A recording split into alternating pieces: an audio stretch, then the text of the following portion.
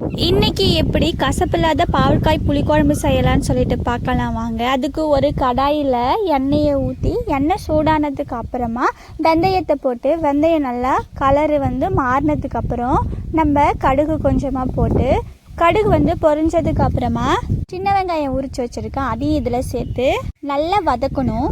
ஒரு கட்டி பூண்டு உரிச்சு வச்சுருக்கேன், அதையும் சேர்த்து நல்லா வதக்கிட்டு கருவேப்பிலை ஒரு கொத்தை உருவி போட்டுட்டு 2 பாவக்காய் அளவுக்கு கட் பண்ணி வச்சுருக்கேன். அந்த பாவக்காயை இதில் நல்லா கொட்டி கசப்பில்லாத வதக்கி எடுத்துக்கலாம். 1 ஸ்பூன் அளவுக்கு மஞ்சத்தூள் போட்டு நல்லா பாவக்காயை வதக்கி விடுங்க. இப்போது 2 தக்காளி கட் பண்ணி வச்சுருக்கேன், அதையும் இதில் சேர்த்து நல்லா வதக்கிக்கலாம். உப்பு சேர்த்து வதக்கி விடுங்க. இப்போ புளி கரைசலை ஊற்றி நமக்கு தேவையான அளவுக்கு தண்ணியை சேர்த்துட்டு மிளகாய் தூளும் சேர்த்துக்கலாம். என்கிட்ட ஒரு முருங்கைக்காய் இருந்தது, அதை நான் கட் பண்ணி போட்டிருக்கேன். உங்களுக்கு வேணும்னா நீங்கள் போட்டுக்கோங்க, இல்லைன்னா விட்டுடலாம். குழம்ப மூடி போட்டு வச்சுருங்க, அப்போ தான் வாசம் வெளியே போகாமல் இருக்கும். ஓப்பன் பண்ணி ஒரு 10 நிமிஷம் நல்லா கொதிக்க விடுங்க.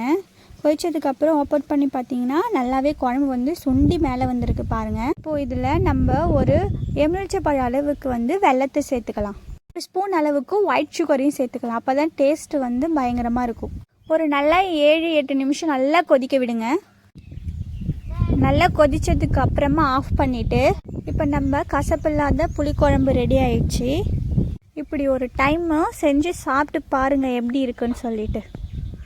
இதை நல்லா சுட சுட சாப்பாடு வச்சு அதில் குழம்பு விட்டு சாப்பிட்டா அவ்வளோ அற்புதமாக இருக்கும். ட்ரை பண்ணி பாருங்கள். பாய்.